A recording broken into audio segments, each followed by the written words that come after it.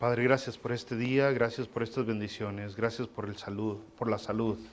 Gracias, Señor, por la familia, gracias por la oportunidad de poder escuchar tu mensaje. Tú eres grande y asombroso. Lo que tú haces, Padre, nadie lo puede hacer. Tu poder no tiene límites, tu misericordia y tu gracia son abundantes. Gracias porque podemos ver tu amor constante. Tu amor, Señor, tú eres amor y la fuente de toda bondad, de todo amor, viene de ti, por eso te agradecemos. Gracias, Señor, por ser tan precioso con nosotros. Gracias por tu salvación. Gracias porque te sacrificaste en la cruz para pagar por nuestros pecados.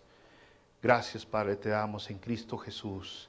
Y también te damos gracias por darnos una vida con propósito, con intención, una vida con meta. Gracias en Cristo Jesús siempre te damos. Ahora abre nuestro entendimiento, permítenos, Señor, escuchar tu mensaje. Que tu Espíritu Santo nos guíe, nos hable, nos convenza, nos dé claridad de tu palabra. En el nombre de nuestro Señor y Salvador Jesucristo te lo pedimos. Amén. Abramos la palabra de Dios en Juan capítulo 4, versículo 46 al 52. Está bueno el mensaje, se llama La fe que salva. La fe que salva. No sé si usted entiende lo que le quiero decir, pero estamos hablando de hay fe que no salva y hay fe que sí salva. Está claro eso, ¿no? Fe que salva. Fíjese Juan capítulo 4, versículo 46 hasta el versículo 52. Vino pues Jesús otra vez a Caná de Galilea, donde había convertido el agua en vino. Y había en Capernaum un oficial del rey, cuyo hijo estaba enfermo. Cuando oyó que Jesús había llegado de Judea a Galilea, vino a él y le rogó que descendiese y sanase a su hijo, que estaba a punto de morir. Entonces Jesús le dijo: si no viereis señales y prodigios, ¿no creeréis? El oficial del rey le dijo: Señor, desciende antes que mi hijo muera. Jesús le dijo: ve, tu hijo vive. Y el hombre creyó la palabra que Jesús le dijo y se fue.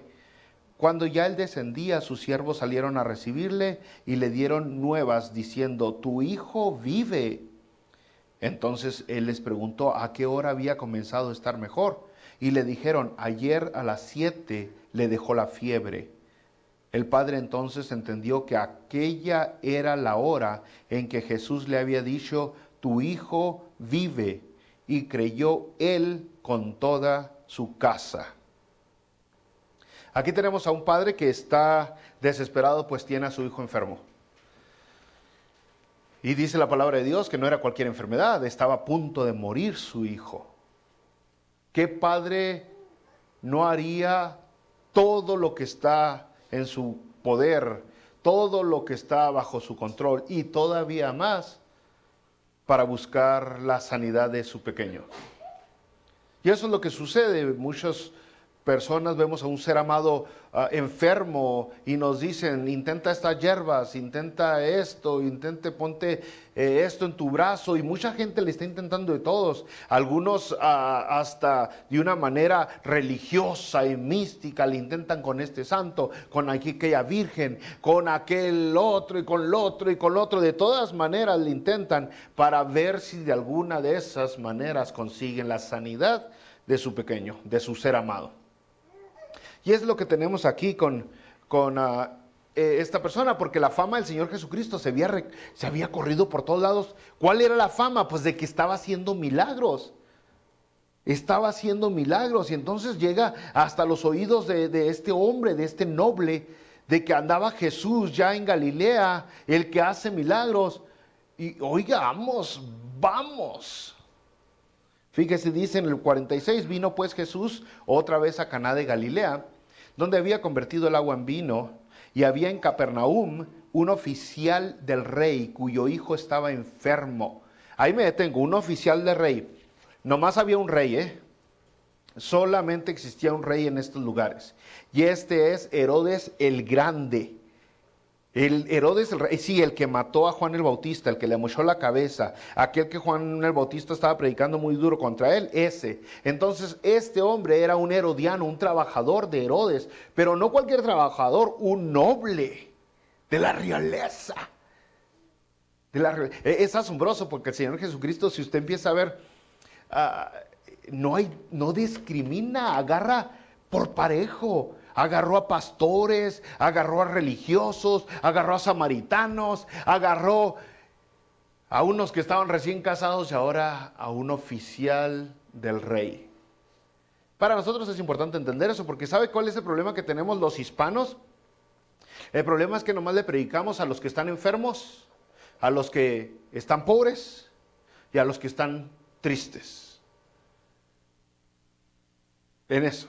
Muchos de nosotros no nos atrevemos a predicarlos a los que tienen dinero. La mayoría de nosotros, como que ellos no necesitan de Dios. Los que tienen un buen estatus económico, y casi siempre andamos predicándole nomás a los pobres. Eso es lo que hacemos los hispanos, a los pobrecitos. Por eso nuestras iglesias están tan cateadas. Bueno, el caso es que todos necesitan de Dios.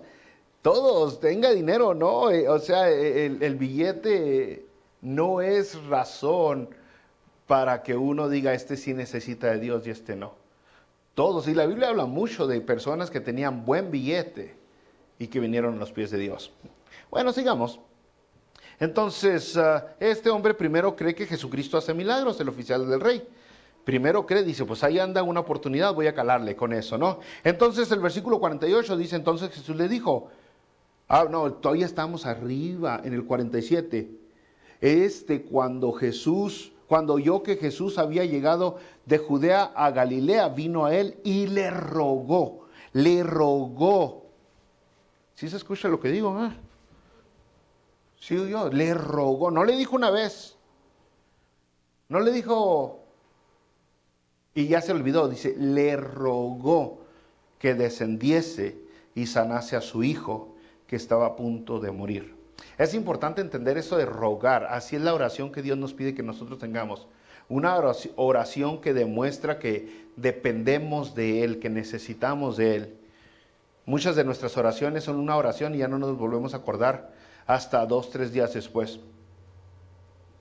Sino este hombre le rogó. Y cuando usted lee la palabra de Dios, usted ve que la gente que verdaderamente esperaba, sabía que había alguna respuesta buena para sus vidas en Jesucristo, le rogaban. Entonces, incluso un lenguaje que se ha usado en el mundo cristiano por años ha sido, voy a rogar por ti, hagamos rogativas oraciones, porque una oración no es una vez y ya se armó, sino es una y otra y otra y otra.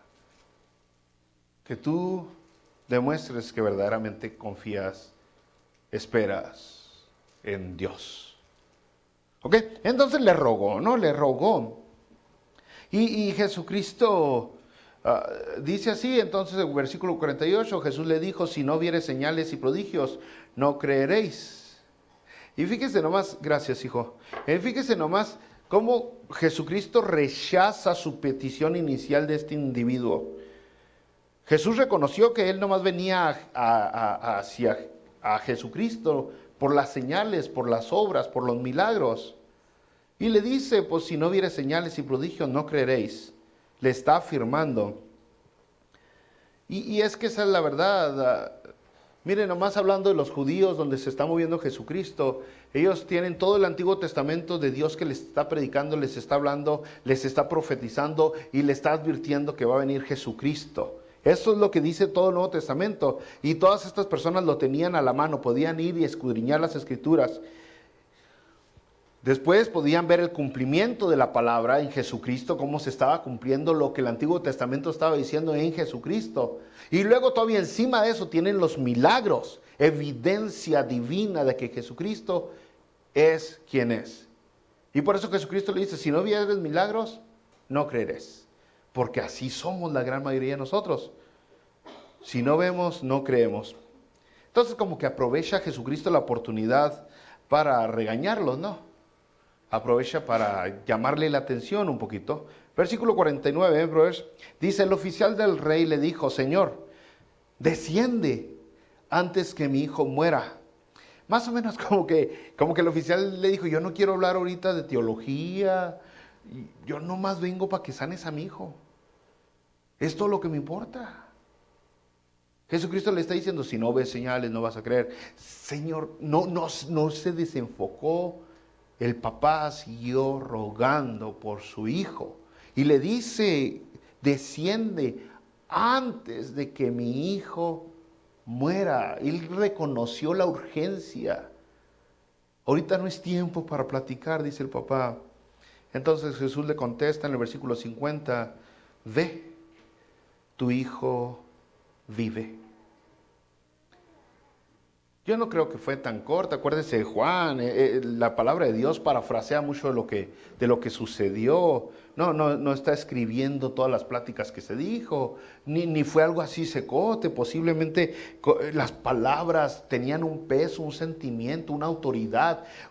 Tenían tanto peso que al momento que Jesucristo le dice, ve, tu hijo vive, ese tono de voz, la manera en que lo dijo, le dio seguridad al hombre. Le dio seguridad. Fíjese nomás, el 50 dice, y el hombre creyó la palabra que Jesús le dijo y se fue. No pidió evidencia, simplemente la manera en que Jesús lo dijo le dio confianza al hombre. Porque dice el 50, bien clarote, léalo otra vez. El hombre creyó la palabra que Jesús le dijo. ¿Creyó el hombre o no creyó? ¿Dudó? No dudó, creyó. Creyó, Jesús le dijo, ya se armó, ya está bien tu hijo, vete. Y el hombre creyó, confió en lo que Jesús le estaba diciendo. Confió. Versículo 51, brothers. Cuando ya él descendía, el hombre noble, sus siervos salieron a recibirle y le dieron nuevas, le dieron noticias diciendo, tu hijo vive. Y pues el hombre ya sabía que vivía porque ya había creído en Jesucristo, ya había confiado en la palabra que Jesucristo le había dicho. Entonces el hombre no se sorprendió. ¡Ay, en serio! Fíjese, el hombre del 52 dice, entonces él les preguntó, ¿a qué hora había comenzado a estar mejor? Nomás para afirmar, nomás para agarrar más evidencia, díganme a qué horas comenzó a estar mejor. Y le dijeron, ayer a las 7 le dejó la fiebre. El padre entonces entendió que aquella era la hora en que Jesús le había dicho, tu hijo vive. Qué asombroso, ¿no? Evidencia, confirmación, encima de evidencia y más evidencia de quién es Jesucristo. No un hombre, no un ángel, es Dios. Un poder milagroso. Algunas personas sienten que tienen que estar pegados a Jesucristo para que Jesucristo haga un milagro. Así lo hacía, ¿no? Pero Jesucristo de larga distancia, ¡pum!, está sanado. Está sanado. ¿Por qué? Pues porque Dios está en todo lugar. Lo hemos hablado muchas veces, ¿no? Dios no tiene límites. Hemos estado hablando, fíjese, con los samaritanos, el Señor Jesucristo no hizo milagros. No hizo milagros con los samaritanos. No produjo agua ahí con los samaritanos de la nada. Tuvieron que sacar el agua del pozo. No se inventó un tarrón para sacar el... No hizo milagros. Y los samaritanos creyeron. Pero creyeron por su conocimiento divino. Las palabras que hablaban eran suficientes, fueron suficientes para que creyeran en Jesucristo. Lo que sabía Jesucristo de la vida de ellos, ellos reconocieron que solamente Dios puede saber esas cosas personales. Ahora vemos con este hombre, y este hombre, cuando llega, lo único que sabe es que Jesucristo hace milagros.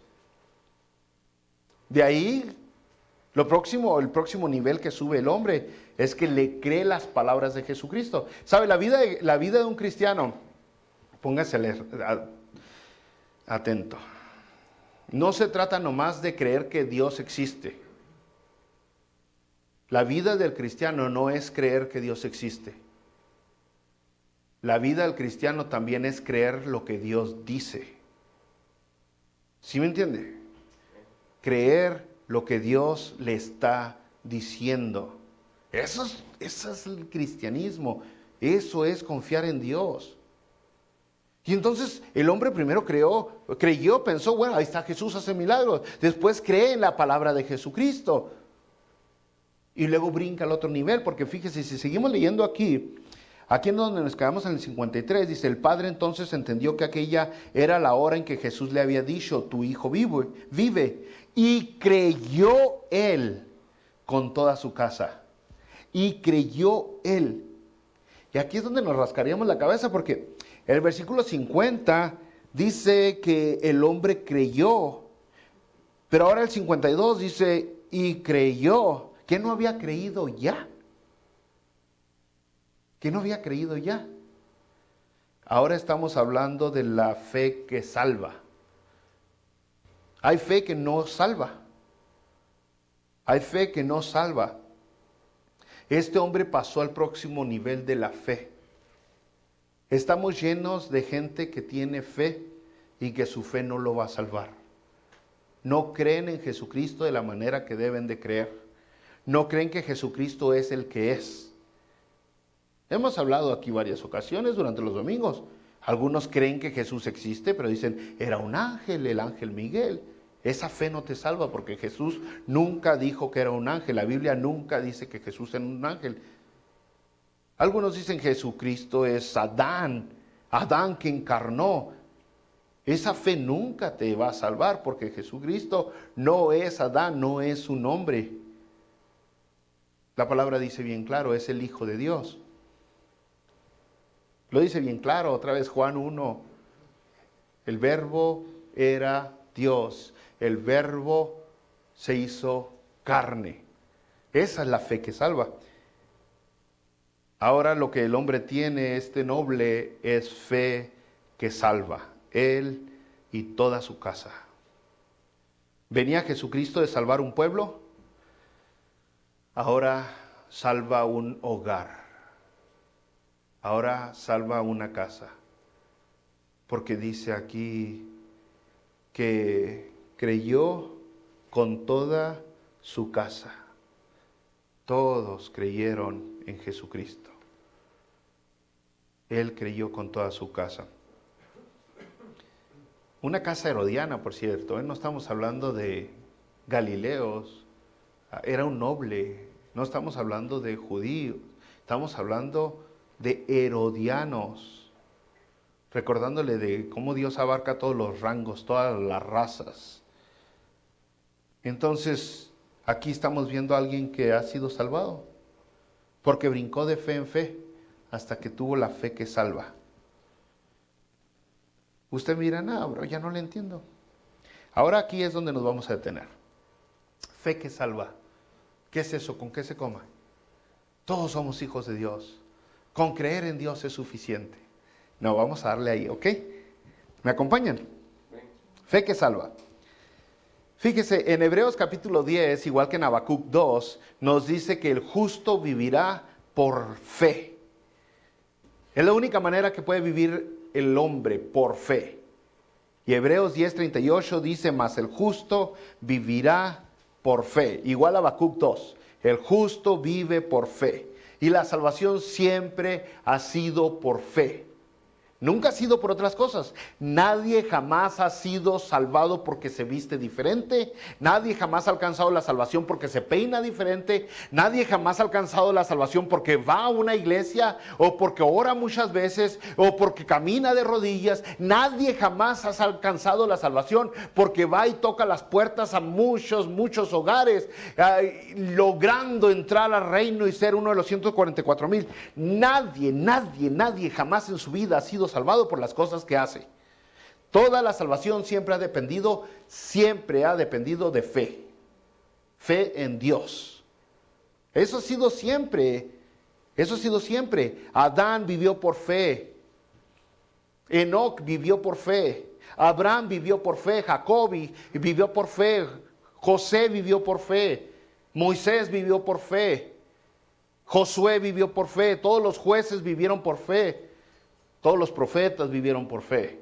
Juan el Bautista vivió por fe. Por fe.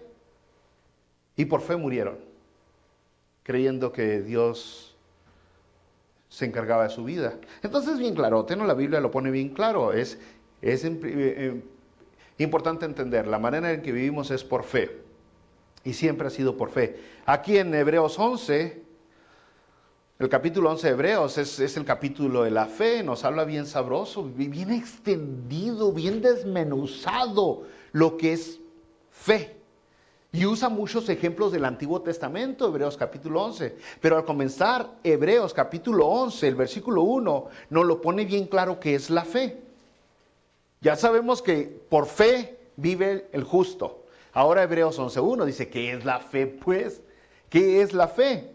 Y dice, es pues la fe, la certeza de lo que se espera, la convicción de lo que no se ve. Pero aún así no entendemos y podemos leer muchas veces Hebreos 11.1. Es pues la fe, la certeza de lo que se espera, la convicción de lo que no se ve. Y aún así no lo podemos entender muchas veces. Sobre todo Reina Valera 1960, que tiene un lenguaje que no se usa muy a diario el día de hoy. Yo por algún tiempo intenté predicar usando una versión internacional. Mi versión favorita es Biblia de las Américas. No la uso porque toda mi niñez, toda mi juventud y la mitad de mi vida adulta he usado Reina Valera y como que a uno se le traban los cambios cuando intenta usar otra versión. Cuando intento citar un versículo, ya le digo un cuarto en una versión y el otro cuarto en otra y otro cuarto en otra y al último acabo como el Chapulín Colorado. Entonces por eso me regresé a Reina Valera. No porque sea la versión sagrada y única que debemos usar. No, porque es con la que crecí. ¿Usted también creció con esa, bro? Con esa crecimos, vea qué más va a quedar. Pues, ya, pero a la gente nueva, por lo general les estoy regalando una nueva versión internacional a los que se van convirtiendo. Órale, éntrele algo que se sepa, ¿no? Y aún muchos de los que crecieron, que tienen años en el Evangelio como su servidor, saben que se batalla. En Reina Valera hay palabras que se repiten dentro del mundo cristiano y ni siquiera sabemos qué es. Por ejemplo, templanza. ¿Qué es templanza? ¿Cuántas veces usó usted este año la palabra templanza en su vida diaria? No mucho, pero en una versión internacional lo pone más claro. Bueno, aquí otra vez dice Hebreos 11.1, volviendo, Reina Valera 1960, es pues la fe, la certeza de lo que se espera. Desmenucemos tantito eso. No quiero sonar sangrón, pero hay que volvernos al griego. Cuando tenemos palabras así, hay que regresarnos al griego. La palabra certeza viene de la palabra upostasis. Upostasis. Y esa palabra upostasis, que es en griego, es una palabra que significa seguridad. La seguridad. Algunas versiones le han puesto la garantía, la confidencia. Una palabra que se usa para describir una fundación, hablando de concreto, de firmeza. Entonces diríamos nosotros, me quito esto y no veo nada. Diríamos nosotros, es pues la fe, la fundación, el concreto, la garantía, la seguridad. ¿Qué? ¿Qué? Está hablando de que la fe no es ciega en realidad. No es ciega como muchas personas han interpretado este versículo. Está diciendo que tenemos nosotros algo firme. ¿Y qué es lo que nosotros tenemos de firme, de firmeza, de concreto, de fundación? La palabra de Dios. No es un sentimiento, no es una emoción. Es la firmeza de la verdad. Ese es el Evangelio. La palabra de Dios nos ha dado suficiente información para poder confiar y depender de Dios, que es verdad. Entonces es firme la esperanza, es pues la fe, la certeza, está basada en algo, tiene una fundación. Y luego dice la convicción de lo que no se ve. Y muchos, no se ve la fe, hay que creer sin ver, hay que creer sin... A veces te va a poner un catorrazo pero bien puesto si sigue así. Porque Dios es tan buena onda con nosotros que no nos manda a ciegas nunca. Mire la vida de Jesucristo, la acabamos de ver. Toda la evidencia que dio en el Antiguo Testamento, todas las señales que se hizo en el Antiguo Testamento, todas las profecías que se hablaron de Jesucristo en el Antiguo Testamento. Vemos a Jesucristo cómo cumple todo lo que se dijo en el Antiguo Testamento y todavía hace señales, da evidencia de que Él es. Y todavía dicen, la fe es ciega. Cálmese, bro. No sé de qué está hablando, pero no es de la Biblia. Y aquí diríamos, pues la convicción de lo que no se ve. Bueno, aquí está hablando de dos cosas cuando pegamos esto. Sí está hablando de algo que aún no tenemos y que ni siquiera lo vemos. Sí está hablando de eso. Está hablando de algo que no tenemos y que ni siquiera vemos. Y eso es hacia donde vamos. La meta final. La meta final no la hemos visto. El regalo eterno no lo hemos visto. La Biblia dice cosas que ojo no vio,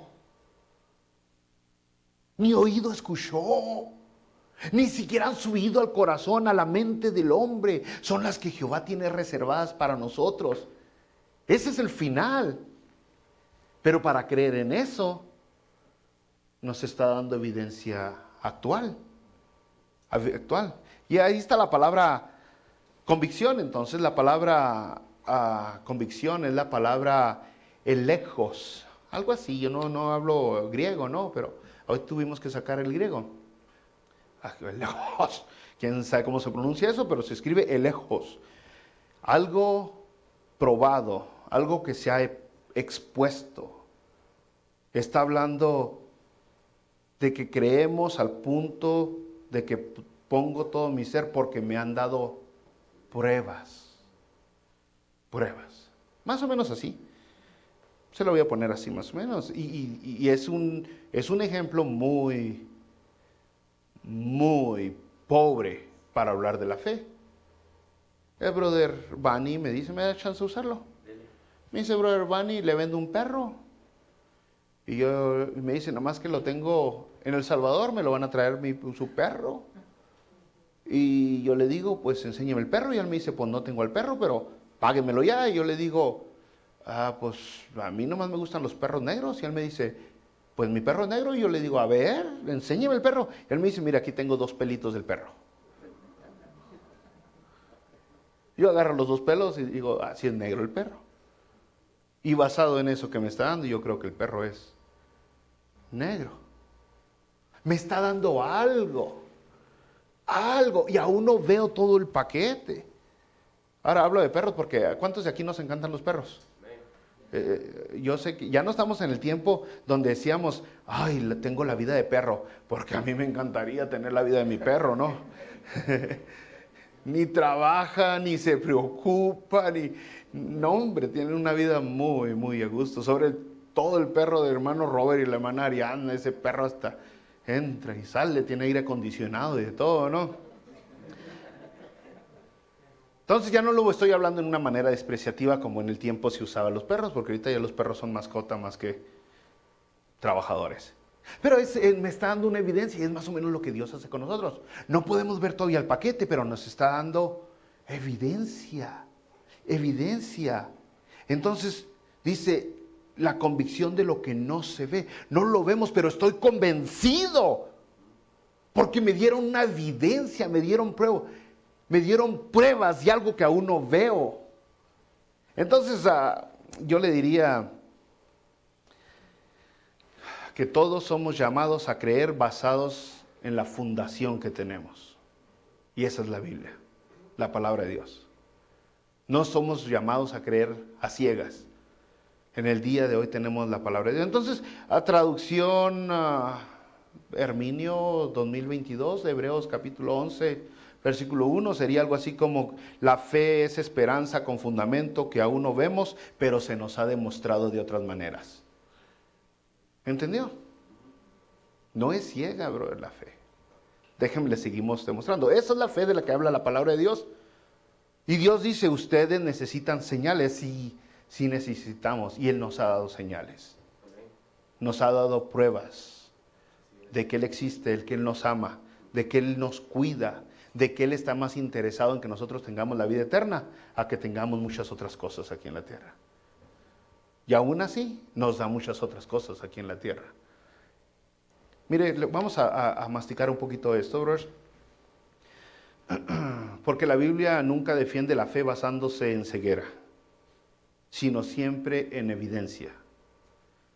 Siempre en evidencia. Cuando Jesucristo iba en camino a Emaús, y cuando Jesucristo habla de otras personas, les dice hombres de poca fe. Y luego les habla de evidencia que se dio. Cuando iba en camino de Emaús, les empieza a hablar de los profetas, hombres de poca fe. Ahí está toda la evidencia que tuvieron y aún así no creen. Ahora en Hebreos capítulo 2, vamos a Hebreos. Hebreos está bien bueno porque está bueno simplemente Hebreos, asombroso libro. Hebreos 2, el versículo 2, póngale la atención necesaria para que entiendan lo que es fe. Hebreos 2, una fe que salva, 4. Hebreos 4. Porque si la palabra dicha por medio de los ángeles fue firme, y toda transgresión y desobediencia recibió justa retribución, ¿cómo escaparemos nosotros si descuidamos una salvación tan grande? Primero, está hablando del Antiguo Testamento. Si en el Antiguo Testamento la palabra que se dio fue firme, fue suficiente evidencia para que la gente creyera, y cualquier transgresión, cualquier desobediencia recibía justa retribución. Ahora que nosotros tenemos más evidencia, ahora que nosotros tenemos a Jesucristo, ahora que tenemos las Sagradas Escrituras terminadas, que se cerró y se selló el canon, ahora que nosotros tenemos la máxima revelación en Cristo Jesucristo, dice, ¿cómo escaparemos nosotros si descuidamos una salvación tan grande, la cual, habiendo sido anunciada primeramente por el Señor, nos fue confirmada por los que oyeron, testificando Dios juntamente con ellos, con señales y prodigios y diversos milagros y repartimientos de Espíritu Santo según su voluntad? ¿Vio toda la evidencia? Su revelación que Dios dio empezando en el Antiguo Testamento, y luego dice, ahora nosotros tenemos la máxima revelación, primero dada por Jesucristo, después por los apóstoles, y luego el Espíritu Santo nos ha hablado, y tenemos la llenura, las Sagradas Escrituras terminadas. Tenemos evidencia. ¿Cómo escaparemos pues? ¿Cómo vamos a decir algún día, Señor, no sabía si era verdad o me estaban engañando? Es que no sabía en quién creer, no sabía en quién confiar. Es que hay muchas religiones, Dios. ¿Cómo escaparemos de una salvación? Si descuidamos una salvación tan grande, ¿cómo? No hay manera, hay evidencia, mucha, suficiente evidencia. Usted necesita fe ciega para creer que Dios no existe. Usted necesita fe ciega para creer que el universo se hizo por chiripa. Para creer que de repente de la nada se hizo todo. Necesita romper todas las reglas de matemática, de física y todas las leyes de ciencia para poder creer que existimos por la evolución. Esa sí es una fe ciega. De alguna manera 0 más 0 igual a 1000. Porque si en el principio era 0 y no existía nada, ¿cómo llegó a ser todo? Y es asombroso, ¿no? Los científicos al principio dijeron sí se puede. Metieron en un vacío, en un vacío aspirado, donde no hay nada, metieron nada, sacaron todo y dijeron vamos a esperar a que algo suceda. Y han pasado muchos años y ¿sabe qué ha pasado? Nada. Nada. Mejor que se vayan a ver crecer el zacate, crece más rápido. Porque no pasa nada. Y aquí la Biblia dice, ¿cómo escaparemos? Hebreos capítulo 6, versículo 4 al 6. Ahí le damos un poquito a Hebreos. Y hablando ahora dice, porque es, Hebreos 6, 4, 6, porque es imposible que los que una vez fueron iluminados y gustaron del don celestial y fueron hechos partícipes del Espíritu Santo y asimismo gustaron de la buena palabra de Dios y los poderes del siglo venidero y recayeron, sean otra vez renovados para arrepentimiento. ¿Cómo escaparemos si después de tanta evidencia que hemos tenido, aún así no creemos? Dice la Biblia, es imposible. Dice, aquellas personas, aquellos seres que una vez fueron iluminados, que gustaron del don celestial, que fueron partícipes del Espíritu Santo, que gustaron de la buena palabra de Dios, que vieron los poderes del siglo venidero, y aún así no creyeron. Es imposible que sean renovados para arrepentimiento. No hay manera. Yo sé que a nosotros nos encantaría que todos vinieran a los pies de Jesucristo, que todos creyeran. Algunos de nosotros tenemos más fe en las personas de la que Dios tiene, porque Dios ya sabe el corazón duro de muchas personas. Dice Dios, es imposible, ellos ya se les dio suficiente evidencia y aún así no creyeron. Y volvemos con el noble, un hombre herodiano, creyó en Jesucristo él y toda su familia, mientras toda Galilea que lo rodeaba siguió rechazando a Jesucristo. Corazón duro, necio. Tienen todo tipo de revelación, no les falta conocimiento. Aún así deciden rechazarlo. No hay nada más que se puede hacer por los que rechazan a Jesucristo. No hay nada más. Es por eso que la Biblia nos advierte, no, aguas, porque tienes toda la evidencia posible. Se te estás dando suficiente para creer. Aún en tu corazón se te inyectó la ley de Dios desde antes de que nacieras. Naciste conociendo el bien y el mal. Medio desfiguradón para muchos y para otros mucho más desfiguradón y torcido, pero aún así todos nacimos con una conciencia que Dios nos puso desde el vientre de nuestra madre. Tenemos evidencia por todos lados de que Dios está, de que Dios es y de que Jesucristo salva. Y aún así muchos deciden rechazarlo, bro. ¿Qué vamos a hacer, bro? No se puede hacer nada. Lo único que nosotros hacemos es compartirlo, y el que lo acepta, y el que lo rechaza, nos sacudimos y le seguimos adelante. Sigamos en Hebreos, bro. Está bien bueno Hebreos, ¿eh? A ver, ¿cuándo predicamos Hebreos? No hemos abarcado Hebreos. Hebreos capítulo 10, versículo 26 al 31. Hebreos 10, 26 al 31. No lo pone todavía más claro para nosotros que decimos que creemos. Porque creer no es nomás pensar que existe. Creer es también creer lo que Él dice. Y cuando usted cree lo que Él dice, pues hace lo que Él dice. Y dice Hebreos 10, 26 al 31, porque si pecáremos voluntariamente después de haber recibido el conocimiento de la verdad, si pecamos voluntariamente después de haber recibido el conocimiento de la verdad, ya no queda más sacrificio por los pecados, sino una horrenda expectación de juicio y de hervor de fuego que ha de devorar a los adversarios. Uy, eso sí está duro. Lo pone la Biblia bien así como que ándale, chiquitito. Si pecas voluntariamente ya no hay nada más que hacer para ti. Lo único que queda es juicio, hervor de fuego que te va a devorar.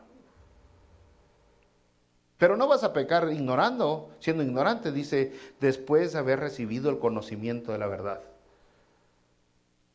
Versículo 28. El que viola la ley de Moisés por el testimonio de 2 o 3 testigos muere irremisiblemente. Estamos hablando del Antiguo Testamento otra vez. El que viola esa ley, muere. Ahora el 28 dice, ¿cuánto mayor castigo pensáis que merecerá el que pisoteare al Hijo de Dios y tuviere por inmundicia la sangre del pacto en la cual fue santificado e hiciere afrenta al Espíritu de gracia?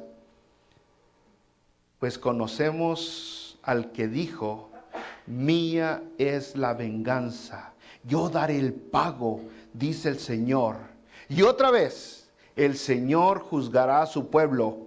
Horrenda cosa es caer en manos del Dios vivo. Está hablando, Dios nos da toda la evidencia, Dios nos da todo el conocimiento, Dios nos llena de su verdad, Dios nos ha revelado las Sagradas Escrituras, nos las pone a nuestra disposición, nos llenó del Espíritu Santo para que nos guíe, para que nos convenza, para que nos aconseje, nos ha dado siervos que predican su palabra, nos ha dado señales por medio de la naturaleza, nos ha dado evidencia dentro de nuestro corazón, y aún así decimos, pues no sé si exista. No queda más sacrificio que hacer, dice. No queda nada más. Horrenda cosa es caer en manos del Dios vivo. Nadie quedará impune. El que rechaza a Jesucristo, rechaza su misma vida. Eso es lo que la palabra de Dios dice.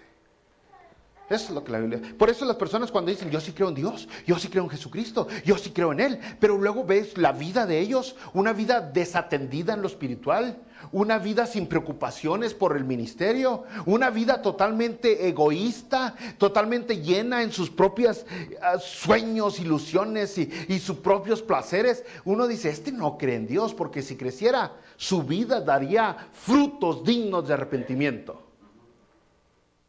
Eso es creer en Dios, no está hablando la Biblia, de una fe de existencia, sino de una fe que salva. Y la fe que salva es cuando reconoces quién es Jesucristo. Por eso, mucha gente ahorita está en diferentes niveles, como estuvo el hombre noble. Algunos, sí, yo sí creo que él puede hacer algo, sí creo que anda por ahí. Otros, no, yo sí creo lo que dice. Pero tiene que llegar un momento, esa fe, a decir, yo creo que Jesucristo es Dios encarnado, el Hijo de Dios que vino a este mundo, que tomó forma de hombre para morir para pagar por mis pecados y resucitó. Y ahora lo estamos esperando que vuelva para poder gozar una eternidad con Él. De eso habla la palabra de Dios, esa es la fe que dice. Y cuando usted cree, pues entonces ve la palabra de Dios. Y la palabra de Dios lo llena de instrucciones, de guianza. Y todas esas instrucciones siempre empiezan con el corazón, nunca empiezan de una manera superficial. Nunca. Yo sé, los religiosos vemos entrar algún brother que viene, no sé, vestido de una manera desagradable para nosotros, y lo primero que queremos hacer es, brother, quítese esas botas, brother, no sea pecador, quítese el sombrero. Queremos cambiar lo exterior de la persona. Eso es irrelevante en realidad. Lo que Dios quiere siempre empieza con el corazón. Siempre corazón. Cuando uno acepta a Jesucristo, uno le empieza a entregar sus rencores, sus amarguras, su odio. Uno le empieza a entregar su estrés, su desesperación, su ansiedad, sus angustias, sus preocupaciones. Cuando uno cree en Jesucristo, uno le cree a Jesucristo. Uno reconoce que Él es, que Él puede, que Él quiere y que Él lo va a hacer. Eso es fe. Es mucho más que solamente pensar que Él existe. Es mucho más que eso. Y como Dios es tan bueno, brother, nos da evidencia para que sigamos creyendo. Y es por eso que se escribió el libro de Juan otra vez. El Evangelio de Juan se escribió para que nosotros creamos. El capítulo 20, versículo 31 de Juan lo pone bien claro. Pero estas cosas, estos se han escrito para que creáis que Jesús es el Cristo, el Hijo de Dios, y para que creyendo tengáis vida en su nombre. De eso se trata. Esa es la fe que salva. Esa es la fe que salva. Cuando usted reconoce quién es Jesucristo. Cuando usted ve su persona. Cuando usted ve su palabra. Cuando usted ve que es el Salvador del mundo. Con un conocimiento trascendiente y divino. Sin límites en su poder. Supernatural, sobrenatural. Por lo tanto, el que da órdenes y nosotros los que obedecemos. Ese es en quien hemos creído. Y esa es la fe que salva. Vamos a orar. Padre, aquí estamos con este acontecimiento con el hombre noble y su hijo a punto de morir. Cómo él vino a creer, cómo él fue aumentando la fe, Señor, en ti, hasta que él fue salvo con toda su casa, hasta que creyeron todos en ti. Así, Padre, si hay alguien aquí en este salón, si hay alguien que ha escuchado este mensaje y su fe todavía está en el primer paso, que crezca su fe, que suba hasta el reconocimiento de que tú eres el Hijo de Dios Todopoderoso, que tú eres quien nos dio la salvación, que tú eres quien exige la adoración. Gracias, Padre Santo. Gracias porque nos has dado tanta evidencia, tantas pruebas de que tú existes, de que tú eres, de que tú has hecho y de que tú harás. Gracias porque a veces todo lo que tenemos que hacer es voltear a ver nuestras vidas, de dónde nos has sacado, cómo nos has levantado. A veces volteamos a ver alrededor y nos damos cuenta que ahí estás tú, al ver todo el poderío de tu creación. A veces volteamos a ver tus sagradas escrituras, pero en donde sea estás tú. Como dijo el salmista, ¿de dónde huiré de tu presencia? Porque tú estás en todas partes. Gracias, Dios, por ser tan asombroso y darnos tanta evidencia para poder creer en ti. Gracias. Ahora permítenos, Señor, que al conocer las grandes verdades que nos has dado en tu palabra y en nuestras vidas, podamos aumentar, crecer nuestra fe a ese paso, Señor. Aumentar nuestra espiritualidad, dejarnos de niñerías y de chipleras y poder nosotros enfocarnos en lo verdadero, en lo que vale, que es lo eterno. Permítenos, ayúdenos a dejar de ponerle tanta atención a lo pasajero, a lo temporal, y poderle poner más atención a aquello que verdaderamente vale. Al hacer eso tú nos llenas de bendición, Padre, porque nos quitas tristeza, ansiedad, depresión, porque aprendemos a confiar en ti. En nombre de Jesucristo, bendícenos a todos con esa fe, la fe que salva.